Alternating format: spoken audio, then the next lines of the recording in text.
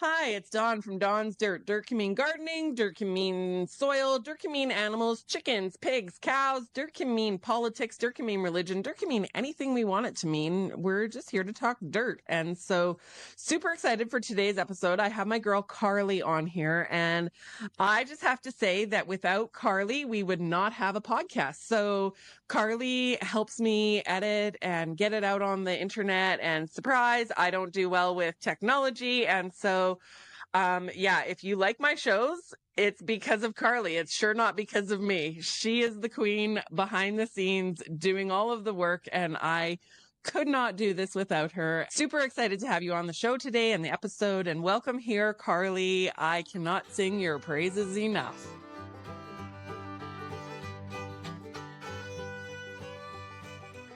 Oh, thank you for that intro, Dawn. That's great. It's an honor to be here. I've watched your show grow from just being an idea to now being a full-fledged podcast with a full audience of homesteaders and farmers and want to be homesteaders. And I've loved watching your growth from being a farmer to now being someone who coaches people who want to do that. So it's truly an amazing thing to be a part of. I love it. I love it. And you are actually a podcast host as well. And so, yeah, we've got two hosts on the show today, which is pretty cool. And so, Yeah. but I think you're here today to put me on the hot seat. You're here with, I think you've got some questions. I don't even know what your questions are. So this could be interesting. And you're here today to ask me the questions on my show. So yeah, let's dig into that. I might be scared. All right. Yes, Don, I'm here to make you sweat and answer the questions that maybe some people aren't willing to really do. Uh-oh. All right. So, Don, I'm super curious. This comes up for me a lot. I'm going to just dive right into my first question here because I am so curious about this and hopefully you can give some kind of an answer. But so I want to talk organics. I'm so curious. Is organic farming always better, or is the label just a marketing ploy? I gotta know. My truthful answer, and it can be different person to person to person. So you're going to get my answer today. My answer today is I think it's a bit of both. I think there is a bit of a marketing ploy and, a bit of fear around food and around, what we're eating. And so I think there is a bit of a marketing ploy with it because you can get higher prices for it. So the margins are sometimes a bit better for it. But at the same time, I don't know. Like, I think that good, wholesome, meat, potatoes, and vegetables like I grew up on that wasn't necessarily organic. That's good too. And so the organic certification is really a big deal here in Canada. Certain things are allowed to be organic, certain things are not.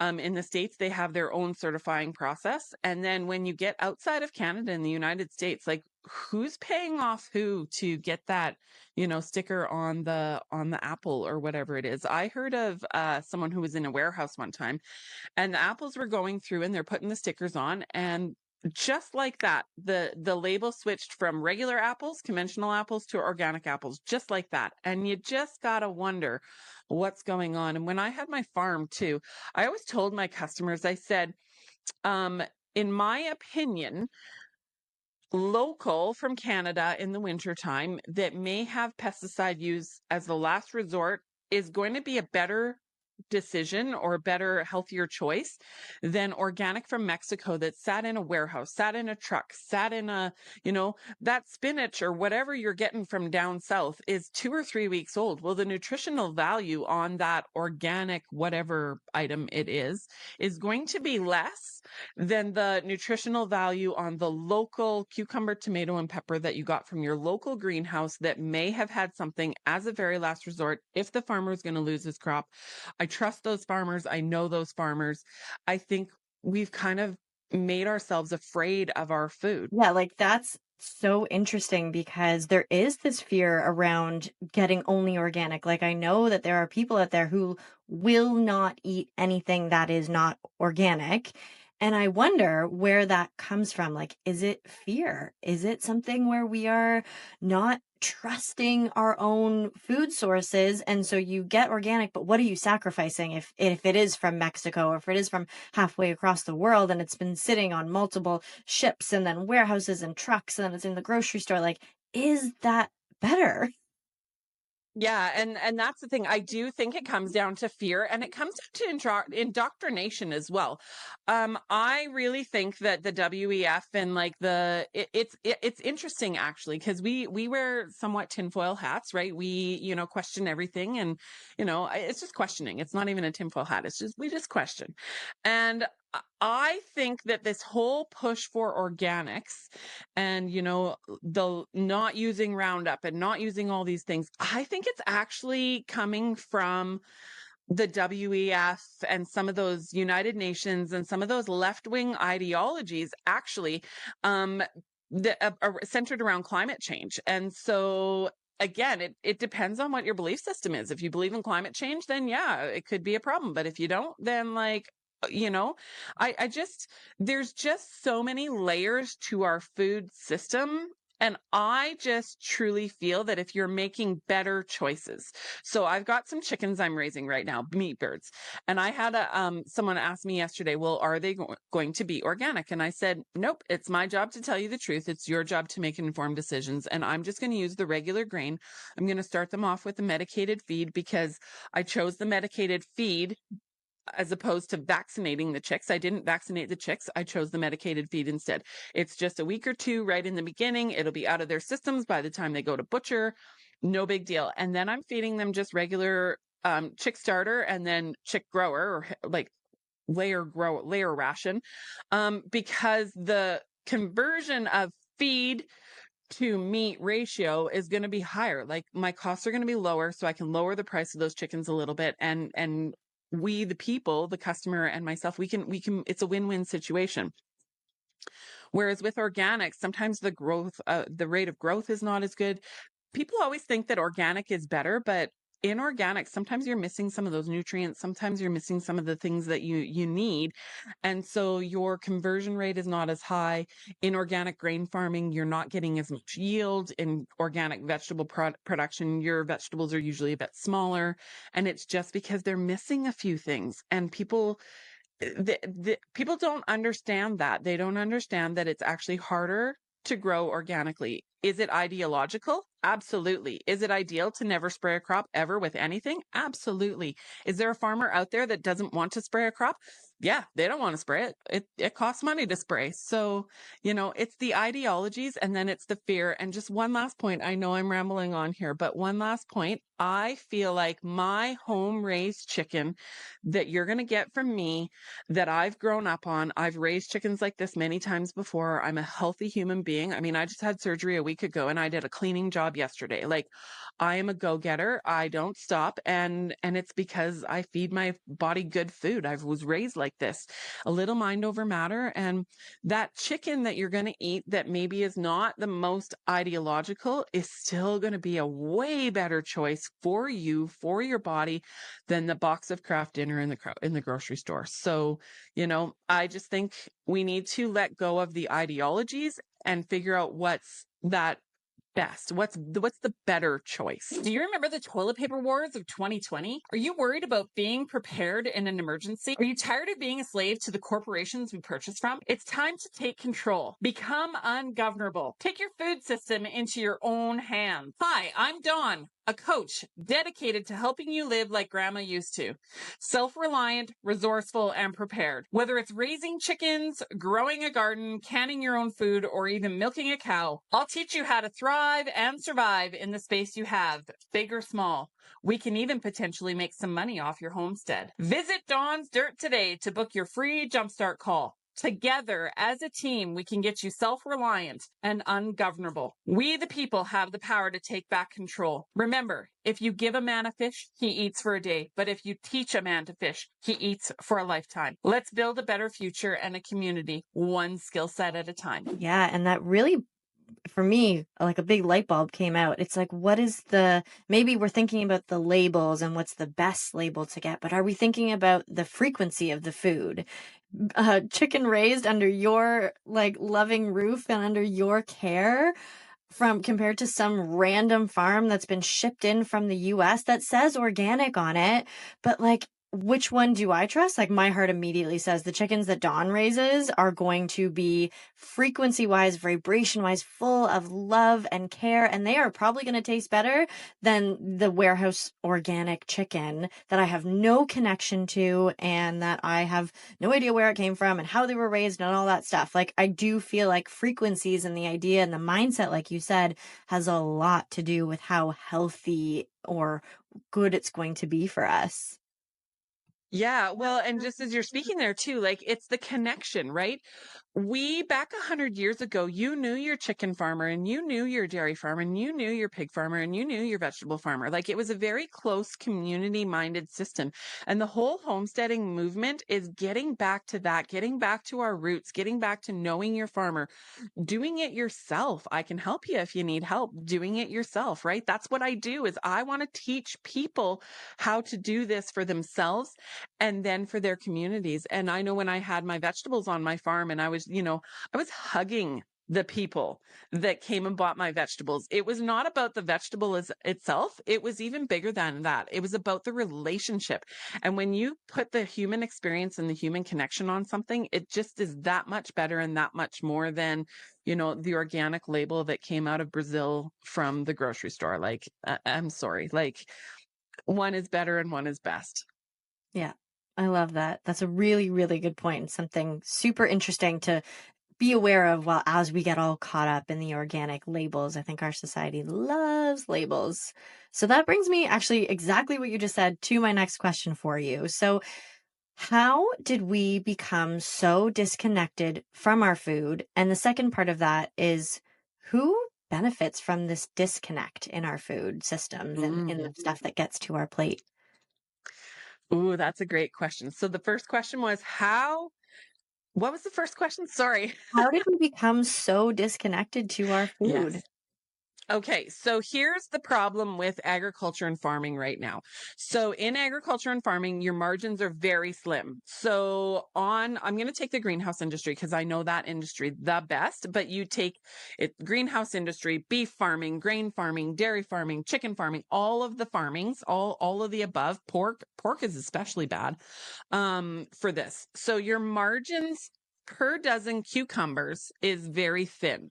So it costs you $6.90 to grow them. You're going to net 10 cents. And, if you have 100 dozen, that's not very much money. But if you have 1,000 dozen, that adds up a bit more and you can make a living. So the shift we've seen in agriculture is the bigger farms are no fault of their own, having to get bigger and bigger and bigger because your razor margins are so thin that you just have to get bigger. And so what's happening is they're selling it from the farm to the packing plants or to the warehouses, to and then to the grocery stores. And everybody on the other side of that system makes money on it. So on a dozen cucumbers, back in the day, it was $7 a dozen. It's probably only like $8 or $9 a dozen now. And we're, 25 to 30 years later. So that shows you how sharp your pencil has to be in agriculture and in farming. And it'll go from the farm at $7 a dozen to the warehouse at $12 a dozen to the grocery store at $18 a dozen to the consumer, right? So everyone's putting their markup on it. And the ones that win the most are the middlemen, the ones that are buying and selling this food. And so the disconnect comes in is when we don't know our farmer. In the same time, everyone says, well, you're the farmer. Why does it cost you so much more? And the reason for that is I'm a small farmer.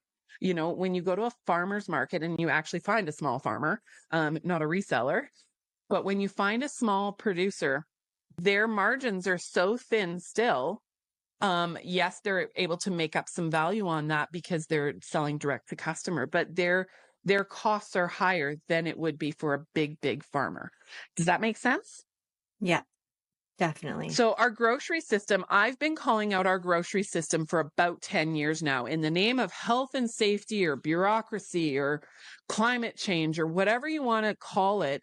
I see our big farms getting bigger, our small farms getting pushed out, although there is a big movement and I can help with that, the homesteading movement. We, the people, can take the power back into our own hands and take our food system back into our own hands.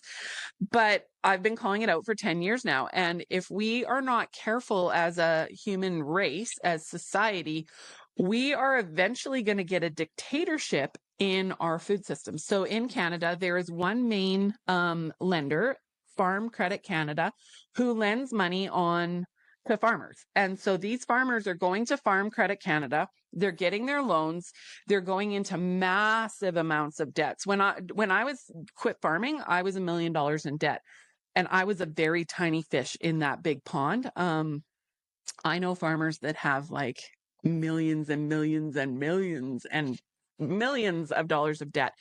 And so when you're trying to service that debt and you're trying to do what's best for your farm, you're going to do what the big man says. And so if FCC or the government one day says you have to farm like this or you have to do that, the farmer has two choices: lose the farm or do what they say. And we saw that in the Netherlands. The Netherlands had it where the farmers were, having to, go by this bureaucracy and do what the government and the regulations and the climate change, blah, blah, blah, said. And the farmers were like, we can't afford to do this.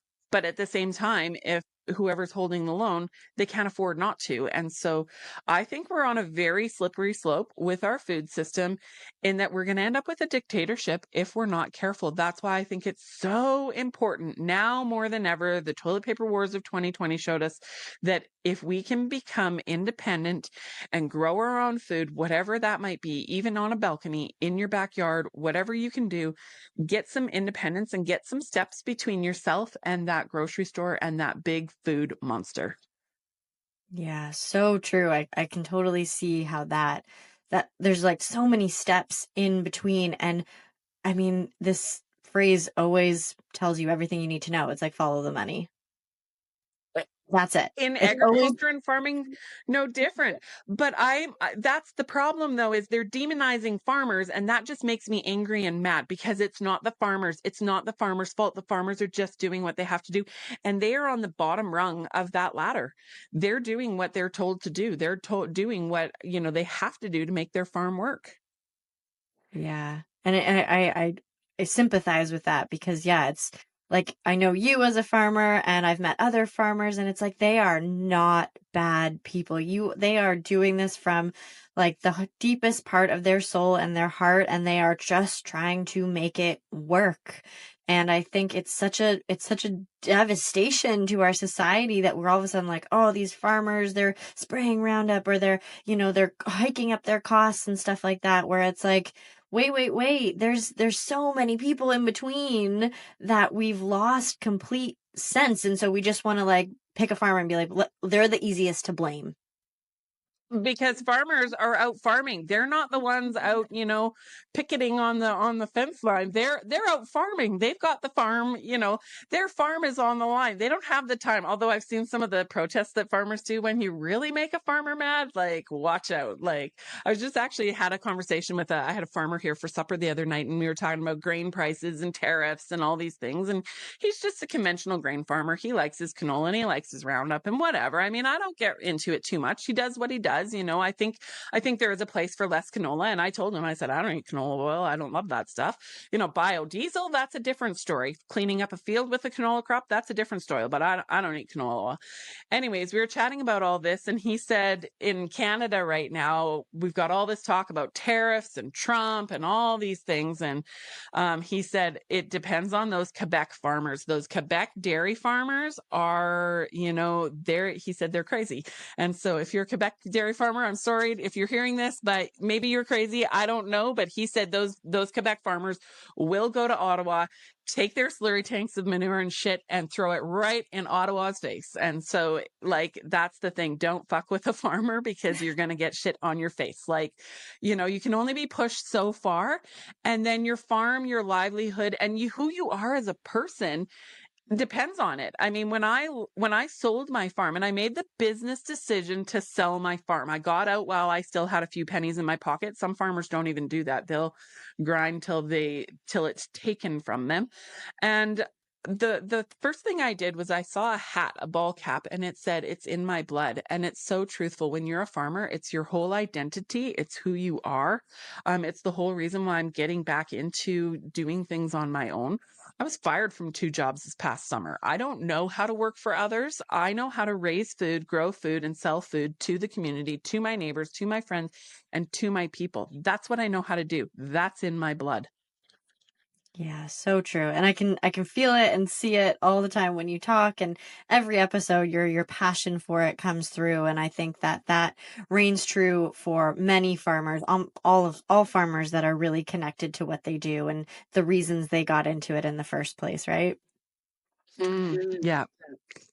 All right, so Don, the idea of self sufficiency, I think you're the perfect person to ask for this because there's this idea around self sufficiency and breaking away from the system. And I think that that's great. And there's part of me that thinks, okay, yes, let's do as many things as we can. But is self sufficiency for the average person actually possible? Or is it kind of just a lie that's like on the internet from influencers? Yeah, that's a great question. I'll tell you this much. There are a lot of people that buy an acreage and they think that they can do it and they can't. They don't have the work ethic, they don't have the stomach for it. I got 200 chicks in my backyard. I've pulled out 5 dead ones. And one of them actually, sorry. I'll fix that. I pulled out 4 dead ones and I euthanized the 5th one. And you know what? It's not easy. It's not fun to euthanize an animal. It's not fun to take a life and so a lot of people think that, again, it's around the ideologies in this homesteading thing. Like you think it's going to be a bed of roses, but it's not. I worked in a farm store last year and a woman came in, lovely woman, and she was crying because her lamb died. And I just said to her, I hugged her in the middle of the store and I said, did you do the best you can? And she said, yeah. And I said, well, then that's all you can do. And so that's why hiring a coach is so important, because then you've got someone like me who can come alongside you and say, this is the best decision. This is the decision you need to make. And homesteading has gotten very cutesy and very, yeah, ideological in some ways. You see all these pictures of the silky hens and the pretty chickens and the heritage breeds. And, those breeds are great. They're good, but they're not the best breeds for food production. Those Lohman Browns or those brown hens or the white hens, those are the ones that you want for food production, right? And so, yeah, there's ideologies around it. Having said that, I do think that we, the people, can do whatever we can in the spaces that we have. So that we've got lots of people in towns, lots of people in cities, and it comes down to just something as simple as growing a few things in your backyard or in your front window or things like that. Changing out your house plants for food plants, like something that simple can make you self-reliant. And then if you're in a town or in a city and the best thing you can do for yourself is to get to know your farmers and actually know them, who grew them, where did it come from, when was it picked, how was it grown, what did you feed them, how many do you have, how many acres of garden do you have? Those are questions that you need to ask. Can I come out to your farm and have a look? Get to know your farmer, and that's the best way to connect with someone. So it's stop with the ideologies and just get into connecting yourself to your food. And I don't know, is that a good answer? Yeah, what I'm hearing you say is just, I think there's a grandiose idea of self sufficiency and buying the acreage and going out into the middle of nowhere and starting from scratch and creating this whole life that on Instagram and TikTok looks so romantic. And I know this from myself because this has been, it's been on a vision board of mine at least for a couple years in a row. And it feels like now I'm sort of, even through your podcast on, like I'm starting to see and realize the realities of that is you are up at the crack of the dawn. There's no holidays. To be truly self-sufficient is a full-time job.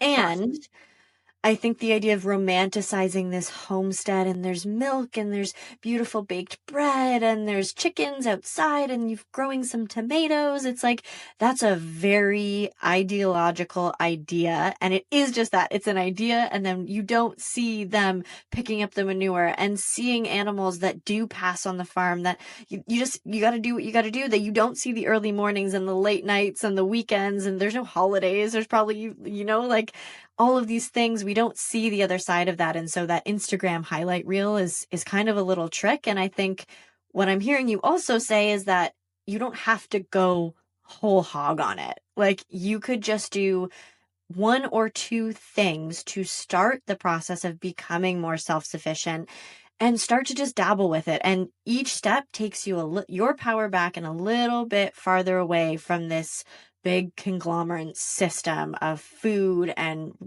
being reliant on these external systems, and that are so disconnected from who we are as human beings and communities. Absolutely. So farming, because again, if you're homesteading, it's farming. It's farming on a very small scale, but it's farming.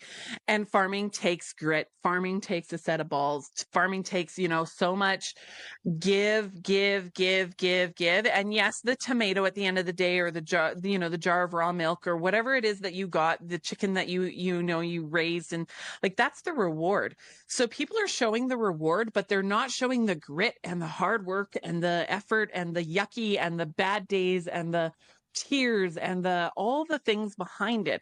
Now, I'm not saying that those things aren't rewarding. I went from working, 60, 70, 80 hours a week to not having my farm, to working, just 30 to 40 hours a week at a job, job. And I'll tell you what, I miss it. Like, I miss the grind, I miss the grit, I miss the work, I miss, which is why I'm headed right back into it, because that's what I want, that's what I know.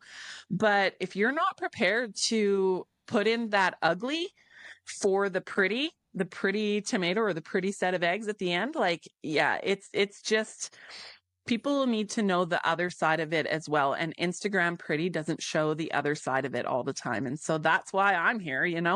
I'm the homestead coach that is going to tell you, no, it's this way and it's this way and it's this way. I've had clients tell me, Dawn, you're so direct. I actually appreciate that you're direct, but I call a spade a spade. I'm Dutch background, Dutch blood. So if that explains anything about a few things to my listeners, yeah, I just call a spade a spade. I call it out, and it's just very direct. This is the way it is. Having said that, you're correct. Everyone can do something. I had a consultant who always said to me, less is more, less is more. And so do the few things that you can in your own space, in your own home. Maybe even make a loaf of sourdough. Start with sourdough. Everyone starts with sourdough, and then they move to chickens, and then they move to all the rest, right? But start with sourdough, or start with a garden, or start with a few plants, and then work your way up, build your way up into more. Or bite off more than you can chew, hire a coach, and you get more, right? Like, there's ways to do it. Yeah, that's really interesting. Just to see the perspective of, gosh, it is a lot of work, but I can see how it's like, I've always heard sourdough is the gateway. You start doing that. And I think the addictive part of it is that all of a sudden you start having this competence in yourself, and you start recognizing that you're like, oh, well, I have been buying my bread from the grocery store, but wow, it's actually like, when I first made my first loaf of bread, I was like, oh my God, this is so easy. I couldn't believe how easy it was. And here I am trying to buy like artisanal gluten-free bread. And I'm like, the bread with the regular unbleached flour in my kitchen with 4 ingredients. Wow, that is easy. And it's so tasty, and everyone in my family enjoyed it. And like, not only did I cut out a trip to the grocery store or maybe even a bakery, but I got kind of like excited about doing it myself. And I can see why that would all of a sudden, like, I have a garden in the backyard too. And it just, every little baby step matters. And I think it's also about stacking the evidence that you can become a little bit more self-sufficient over time. It's not going to happen overnight unless you do bite off more than you can chew. But the little steps, you're all of a sudden like, you start believing in yourself again. Well, and that's what we need. It's empowering, right? It's empowering. One of my clients last year, her daughter, she pulled a carrot out of the ground, and she was so proud to show this carrot to someone, because that little girl, 5 or 6 years old, I don't forget how old she is. That little girl planted the seed, weed the carrot patch, watered it, cared for it, loved on it, and pulled that carrot out like it was, the number one prize at the county fair, right? It's just, and how empowering for that child. Well, again, as human beings, if we can do that in our spaces, like, it's just, you're right. It's so empowering to know that I baked this loaf of bread, and the pride that you would find on it, that you don't need a number one ribbon. Your number one ribbon is the loaf of bread that you get to enjoy and that you get to share with your community and your friends and your neighbors. And that's the thing. Like, that's what I feel like the bigger picture, the powers, I don't want to get too tinfoil hatty, but when we start giving our power away to grocery stores, when we start giving our power away to, these corporations, it takes power away from us, and we're reliant on the hand that feeds us. And he who controls the food controls the people. And so when you can do anything for yourself to become self-reliant in the space you have, even if it's an apartment building, you can build a loaf of sourdough, right? And so anything you can do to make yourself self-reliant, that's empowering, and that's where the future needs to go. Great. I Yeah. absolutely love that, and I think it's so true. And I love the word empowerment. Like that is the feeling. It's pride, it's empowerment to like all of a sudden be like, I am powerful. I can create something. I feel like it's almost like a creative outlet in a way that we don't really think about, that like you're able to like, and I know how good it feels to like put my hands in the soil and like start being outside and doing all those things. Like it's a feeling that I can't really describe, but anybody else who does it knows it. Oh, it's just it's full body. It's full Yeah. body experience, right? When I'm plant my garden this year, you got to know that I'm going to be in there with bare feet, right? Touching the earth, touching the soil. Yeah, is it going to make my manicure on my toes ugly? I don't care, like even my nails. Like, I get my nails done, and sometimes I get a little fussy and I don't want to get my nails dirty, but when I'm right into it and when I plant that garden, you got to know there's going to be dirt under my nails, and my manicure is going to look black underneath, and it's going to look ugly, but I don't care. Like that, there's something with the soil, with the earth. We've been created to touch the soil, touch the earth, and raise our food. And so, yeah, I was going to touch on too, one of my biggest fears moving off of my farm. And I thought I potentially had to move to town. One of my biggest fears actually was, what am I going to feed my family? What am I going to do? And thankfully I landed out in the country again, but that was my biggest fear, is how will I feed my family if the grocery store shut down? It was a literal fear of mine, because I don't trust that system. I've seen the system, I've been in the system, I don't trust that system. So self-sufficiency for me is a life or death thing. Like, the more self-sufficient I can become for my kids, I know that I can feed them. So that's so important to me. Yeah. And it's so cool that you have that power, right? And that ability to be like, if things don't go the way I see them, or with my attachments to the system and stuff like that, like I got me, I got my family, and I probably have the people around me as well. Yeah. It's a beautiful Well, and feeling.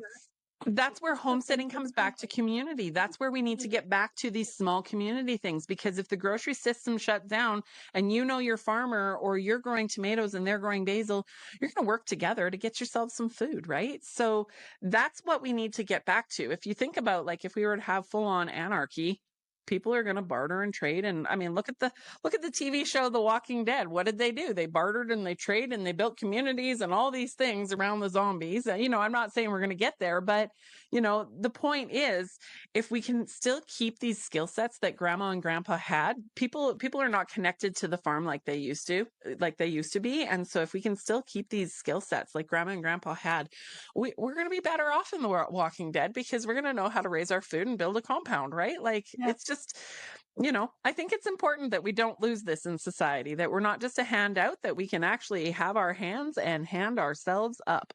Yes. And it's important for the next generations, right? There are so many generations that have lost these skills and these abilities. And it's so interesting now that I'm diving more into this for myself. And then there's all of a sudden these things that I'm like, I can't believe I don't know this already. Like, why wasn't I taught this in school? Why is it that I do not know how does as a 34-year-old woman, I taught myself how to make a loaf of bread. Like, I did it with my grandma and she had a bread maker.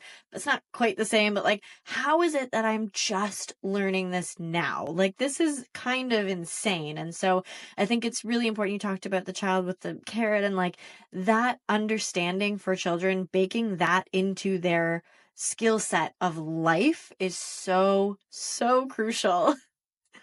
And it's the part that we're missing, kids go to school now. And I mean, there's a time and a place for the school system. I had my kids been little now, I probably would have tried to take on one more thing and homeschooled them. But, there is a time and a place for reading and arithmetic and, some of the social things. There is a time and a place for the school system. But at the same time, I agree. We need to get our school systems to get back into using our hands, using our bodies, using our brains, yeah. I liken it to the job I just had. I just had this thought. I got my first job in 20 years at a farm store, fairly significant big farm store. And I honestly, this is what I felt like when I walked into work at the beginning of the day. Welcome to and I won't say the farm name, welcome to the store. I am here to do as I'm told, do what they say, and leave my brain at the door. That's how I felt, is leave your brain at the door and do your job. And I think a lot of jobs and sometimes the school systems and things like that is leave your brain at the door, leave your questions at the door, don't ruffle the feathers, just fit in the box and do as you're told. And that's not how we're wired. I'm sorry. I'm not wired like that, which is why I got fired. You know, like, let's question, let's come to solutions, let's problem solve. That's what farming is. I mean, when I had my farm, I was problem solving. That's what I did all day long. And not only for myself, I was on the farm and doing different things, but my staff, they would call me, Dawn, what do I do about this? Dawn, what do I do? This is wrong, that's wrong. And I was problem solving all day long. My problem solving skills are impeccable. You bring me a problem and I can give you 15 practical solutions. That's what I learned from being on the farm, is how to solve the problems, how to pull that really sick chick out of my flock and do what needed to be done because I was solving a problem.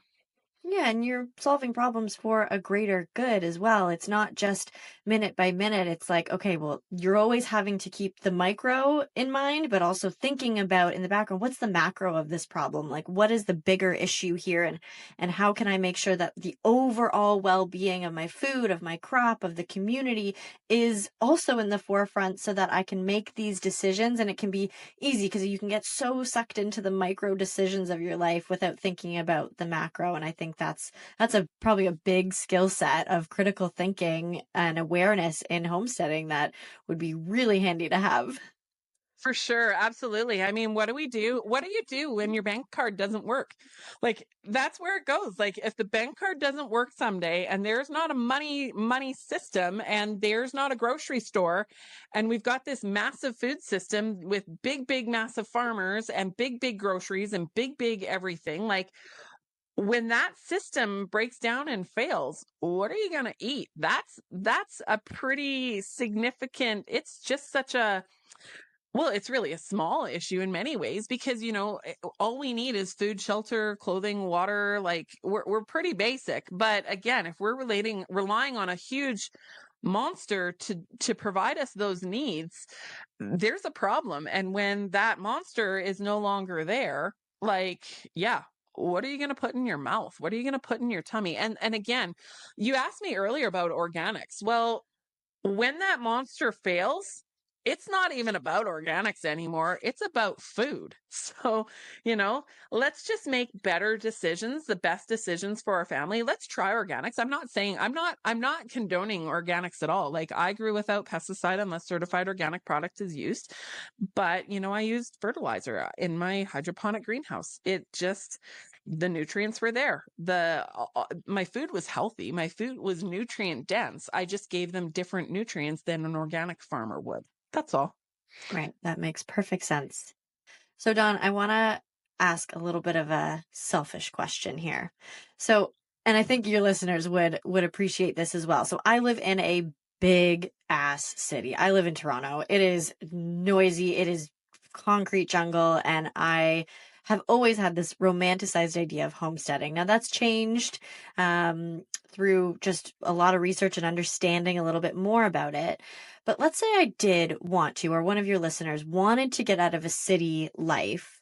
They wanted to start somewhere, but they know that taking on a massive acreage is probably not the best foot forward and not the best first step.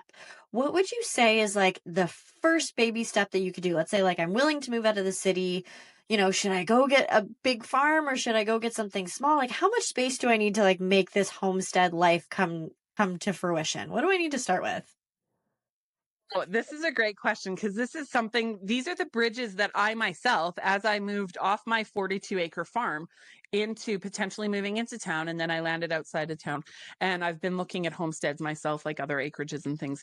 It depends on what your goals, hopes, and dreams are. But if you want to just bite off enough for your family, a couple of acres, sometimes acreages only allow you to have so many animals, but you could have some chickens. You might even be able to get away with a goat or something like that. When it comes to cattle are big. And so you want more space for them, for the cattle. But even something as simple as moving, to the suburbs, moving to a small town. And when I was first looking, I was looking at town and I was looking at homes in town. And the first thing I looked at was what was the backyard like? How big was the backyard? How many chickens can I get away with in that backyard? Yes, there's bureaucracy in town, but again, a set of meat birds, a few meat birds, 10 meat birds, 20 meat birds.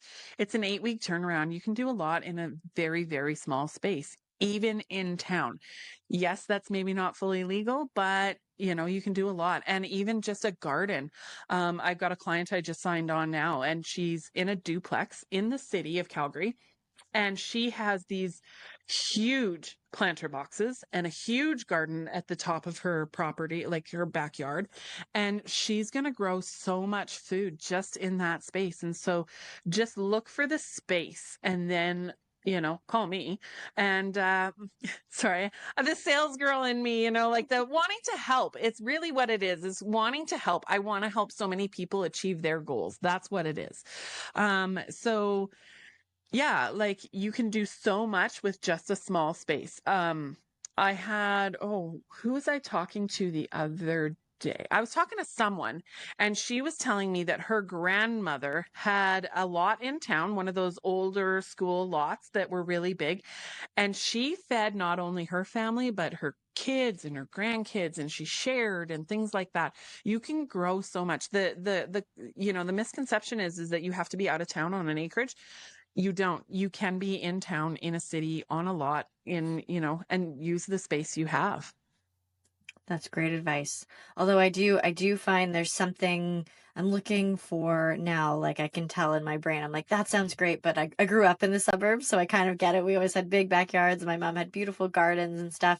But there is something about the peace and quiet of living outside of town. There's less traffic, there's more wildlife, there's birds, there's all these kind of things. And it definitely I'm at the point in my life where like the construction in Toronto, it's really getting to me. So maybe Absolutely. eventually maybe eventually that's in my plan. So that's really great advice, Don, that you can start with something small and go from there. And I think it's really valid also that like I'm sure there are rules in townships around like having chickens and having animals and stuff like that.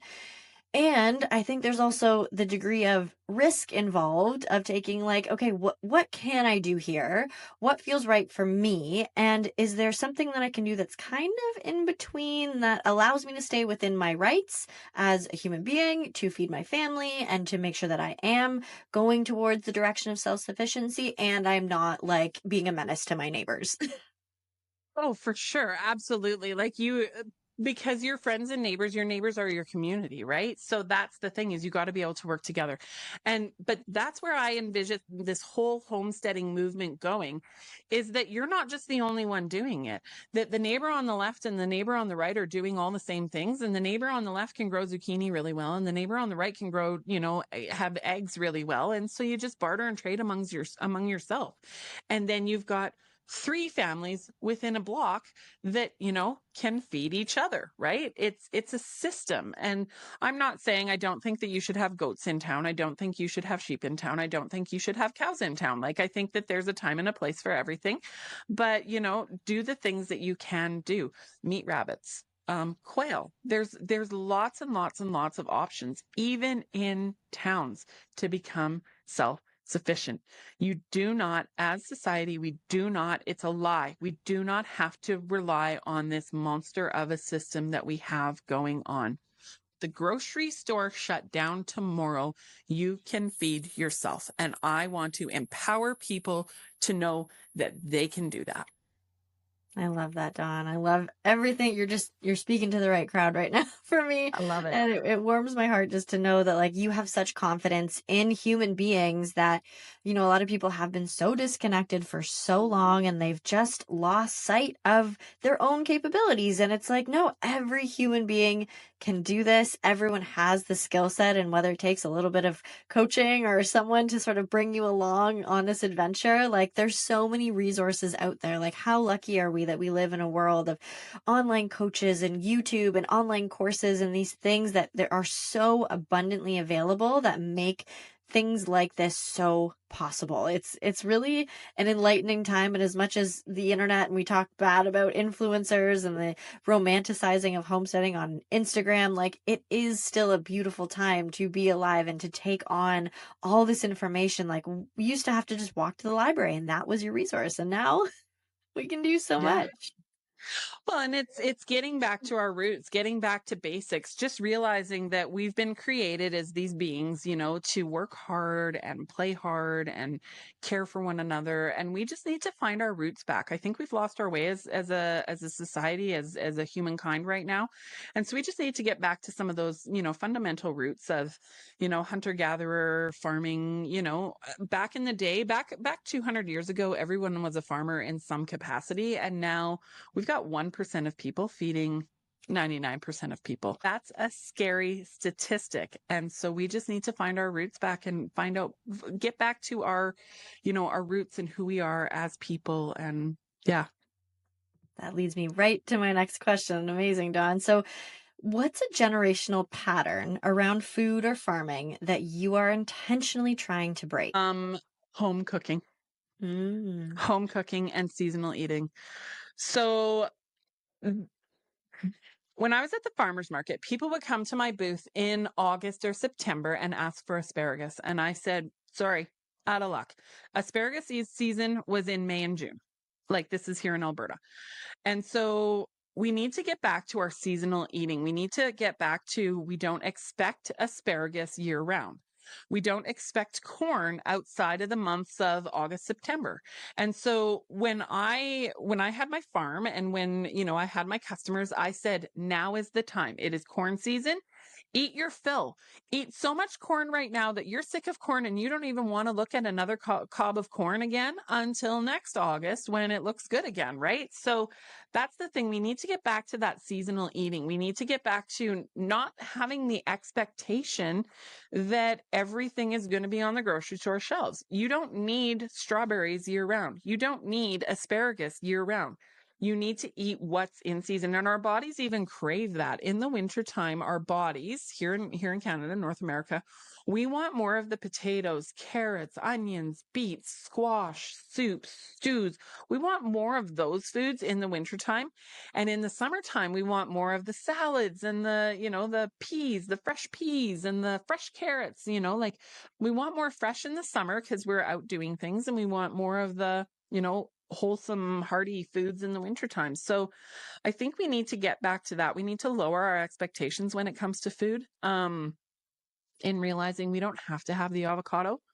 We don't have to have the, whatever it might be, pick something, right? We don't have to have it on demand.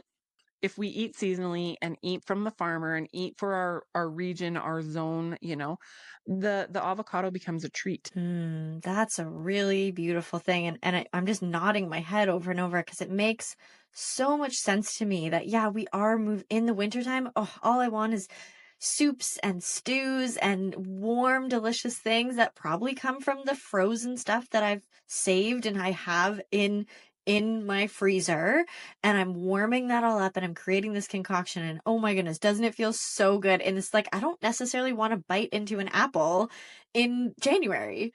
No. And just like I'm cold, I don't need that. But oh my goodness, an apple after a beautiful like fall day and you've been harvesting or whatever, like that feeling, like I can feel it in my teeth right now. And it's something to look forward to, right? Like we get this expectation that like you have apples all year round. And in Ontario, we have a beautiful apple season and a pear season and all these things. And it's kind of just that's why it feels so natural to me, and that is why you probably crave what you crave, because we are one, we are part of nature, like we were meant to be, in these seasons. And you really forget that, yeah, you're not supposed to be eating blueberries all year round. No. I'm just going to wrap it up here and to kind of bring it full circle to what we were talking about in the beginning. Like we just need to get out of our heads. You were asking me about organics. We need to get out of our heads and just get back to basics. Just get back to like that wholesome eating, lowering our expectations of what we think food should be and how things should go. Even in the homesteading world, you have this high set of expectations, and when they're not met because the lamb died, it's so get out of our heads. Take it down a notch. Let's just bring it back to the basics and realize, it's just raising food, eating good food, nourishing your body, skipping out on the craft dinner and the McDonald's, and, let's just bring it back down to a out of your head and normal human flesh and bone food system. I don't know how to say that, but like, let's just simplify it again. We need to make our food system simple again. That's what it boils down to. So any last thoughts, any last questions? And I would love for people to know who you are. And so if you want to get into podcasting, Carley's your girl. And so reach out to her, because again, I could never do this without her. So any last thoughts on anything here, Carley? No, you've answered so many beautiful questions. Thank you so much, Dawn. Everything is it's so from your heart, and I absolutely love it. I hope everyone walked away with some little golden nuggets of how to simplify and get out of your head and stop focusing on the labels and focus more on love and community and that beautiful food that we're all growing. So yeah, I am more than happy to help people's podcasts come to life. If you want to reach out, it's Carley Butler Media, and I have a website. I'll put that all in the show notes because I'll be putting this episode together. So thank you so much, Dawn. I had so much fun here today. Yes. I want to have you back. Like I could talk, I feel like I know we have to cut it off, but I could sit here and talk to you for hours about this. This is so much fun. I really appreciate your time today and being on the show. So thanks, Dawn. Love it. Yeah.